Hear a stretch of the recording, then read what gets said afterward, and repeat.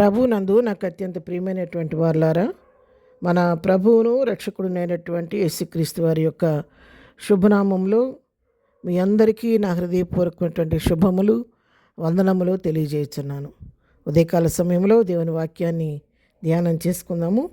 ఈరోజు వాక్య ధ్యానం కొరకు మనం తీసుకున్నటువంటి లేఖన భాగము నిర్గమాకాండము 20వ అధ్యాయము 6వ వచనం చదువుకుందాం. నన్ను ప్రేమించి నా ఆజ్ఞలు గైకొని వారిని 1000 తరముల వరకు కరుణించువాడనై ఉన్నాను. ఆమెన్. దేవుని నామమునకు మహిమ కలుగును గాక. ఇక్కడ ఈ వాక్య భాగాన్ని మనం గమనించినట్లయితే, మరి దేవుడు తన ప్రజలైనటువంటి ఇశ్రాయేలులకు ఆజ్ఞలు 10 ఆజ్ఞలు వారికి ఇస్తున్న సమయంలో ఒక్కొక్క ఆజ్ఞల గురించి వివరిస్తూ చెబుతూ వచ్చినప్పుడు ఆ ఆజ్ఞలు వారి జీవితాల్లో గైకొన్నప్పుడు వారి జీవితాల్లో ఆశీర్వాదం, దీవెన ఎలాగుంటుందో అనే విషయాలు తెలియజేస్తూ వచ్చాడు. ఇక్కడ 3వ వచనం మనం చూసినట్లయితే, నేను తప్ప వేరొక దేవుడు నీకు ఉండకూడదు.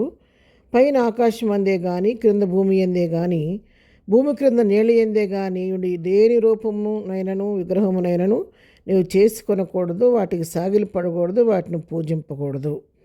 ఎందుకంటే ఏలయనగా నీ దేవుడైన యెహోవానగు నేను రోషము గల దేవుడను.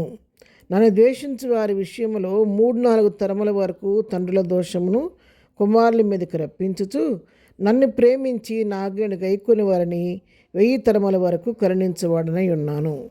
ఇక్కడ దేవుడు ఇచ్చినటువంటి ఆజ్ఞల్లో ఒక ఆజ్ఞ ఏంటంటే, నేనే దేవుడను, నేను తప్ప వేరొక దేవుడు మీకు ఉండకూడదు. పైన ఆకాశం అందే కానీ, క్రింద భూమి ఎందే కానీ, భూమి క్రింద ఉన్న నీళ్ళ ఎందే కానీ ఉన్నటువంటి దేని రూపాన్ని కూడా మీరు విగ్రహం చేసుకోకూడదు.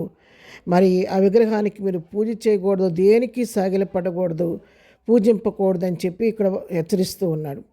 అంతేకాదు, మీరు ఆ విధంగా చేసినట్లయితే నేను చాలా మీ దోషాన్ని బట్టి శిక్షించే దేవుడిని, కాబట్టి జాగ్రత్తగా ఉండమని హెచ్చరిస్తూ, మరి ఆయన మీరు ఆ విధంగా పూజించినట్లయితే నేను రోషం కలిగిన దేవుడిని, కాబట్టి నన్ను ద్వేషించి వేరే వాటిని పూజించే వారి విషయంలో 1 తరం కాదు 3-4 తరముల వరకు తండ్రుల దోషాన్ని పిల్లల మీదకి రప్పిస్తానని చెప్పి తెలియచేస్తూ ఉన్నాడు.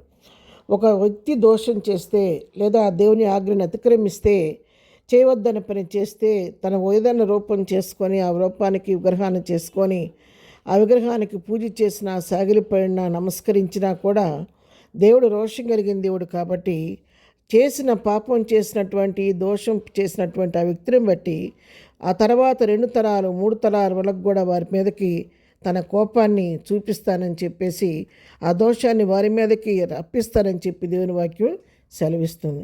అయితే ఆయన రోషం కలిగిన దేవుడే కానీ ప్రేమ కలిగిన దేవుడు, కాబట్టి 6వ వచనంలో ఏం చెప్తున్నాడు చూసారా, నన్ను ప్రేమించి నా ఆజ్ఞ గైకొని వారిని 1000 తరముల వరకు కరుణించవాడనై ఉన్నాను. అవిధేయత చూపిస్తే, దోషం చేస్తే 2-3 తరాల వరకు ఆ దోషం వెంటాడి శిక్షకు పాత్రలు అవుతారు. కానీ ఎవరైతే నన్ను ప్రేమిస్తారో, నా ఆజ్ఞను గైకొంటారో అలాంటి వారి విషయంలో నేను 1000 తరముల వరకు వారి మీద నేను కరుణించే దేవుడినై ఉన్నానని దేవుడు సెలవిస్తూ ఉన్నాడు. ఆయన ప్రేమ కనికరములు సదాకాలం నిలిచి ఉండే దేవుడు, కాబట్టి ఆయన ప్రేమ కలిగిన దేవుడు, కాబట్టి ఎవరైతే ఆయన ఆజ్ఞలను గైకొంటారో, ఆయన ప్రేమిస్తారో వారి విషయంలో 1000 తరముల వరకు ఆయన కరుణ చూపించే దేవుడై ఉన్నాడు.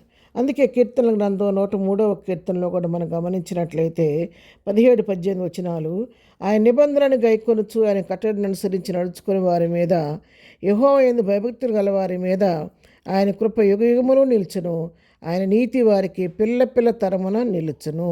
ఆమెన్. ఇక్కడ చూడండి, దేవుడు తను ప్రేమించారు విషయంలో, తన ఆజ్ఞ గైకొనే వారి విషయంలో, ఆయన నిబంధనను గైకొనే వారి విషయంలో, కట్టడలు అనుసరించే వారి విషయంలో, భయభక్తులు గల వారి మీద ఆయన కృప యుగయుగంలో నిలిచి ఉంటుందంట. ఆయన నీతి వారికి పిల్ల తరమున ఉంటుందని చెప్పి ఇక్కడ వాక్యం సెలవిస్తూ ఉండగా, ఇలా ఈ దినాన నీవు నేను నీతి గలవారంగా, ఆయన్ని ప్రేమించేవారుగా, ఆయన భక్తి గలవారంగా ఉంటే ఆ యొక్క ఆశీర్వాదం మనతో ఆగిపోదు, కానీ అది మన పిల్ల తరం 1000 తరముల వరకు ఆ యొక్క నీతి ప్రతిఫలం మన బిడ్డలు తరతరాలు పొందుకుంటారు. కాబట్టి ఈరోజు నువ్వు నీతిగా జీవిస్తే ఆ ప్రతిఫలం నీ బిడ్డల మీద ఉంటుంది. కాబట్టి అటు విధంగా మనం మన జీవితాల్లో ఇప్పుడు యథార్థంగా నీతిని భక్తిని అనుసరిస్తూ ఆయన ఆజ్ఞలను గైకొంటూ ఆయన ప్రేమిస్తూ ఆయన చిత్తానుసారంగా జీవిద్దాము. ఈ దినం ప్రభు దినాన ప్రభు సన్నిధికి వెళ్ళి ప్రభువుకు తగినట్టుగా జీవిస్తూ మన నీతి ద్వారా మనం వెనక్కి వస్తున్న తరాలకు ఆశీర్వాదానికి కారకులుగా మనం మారదాము. ప్రార్థన. ప్రేమ కలిగిన తండ్రి, పరిశుద్ధుని ప్రార్థనలో కొందనాలు. ఉదయకాలం మాకు ఇచ్చిన శ్రేష్టమైన లేఖన భాగాన్ని బట్టి నీకు కొందనాలు. అవును ప్రభా, మేము భక్తి చేస్తే మా భక్తి తరతరాలు మా పిల్లలకు నిలిచి ఉంటుంది. మేము దోషం చేస్తే అది 2-3 తరాల వరకు వెంటాడుదని వాక్యం సెలవిస్తుండగా మేము భక్తితో మా జీవితాన్ని కట్టుకొని మా పిల్లలకు ఆశీర్వాదాన్ని సిద్ధపరిచే వరకు సిద్ధపరచండి. ఇద్దరు మేము చేయ పని పట్ల రాకపోకలో క్షేమం దయచేయండి. దాన్ని బర్త్డే మ్యారేజ్ చేసుకున్నప్పుడు దీవించి ఆశీర్దించమని యేసు నామములో ప్రార్థించి అడిగి పొందుకొని నామ తండ్రి. ఆమెన్. ప్రభు కృప సదాకాలం మనందరికీ తోడే నడిపించునుగాక. ఆమెన్.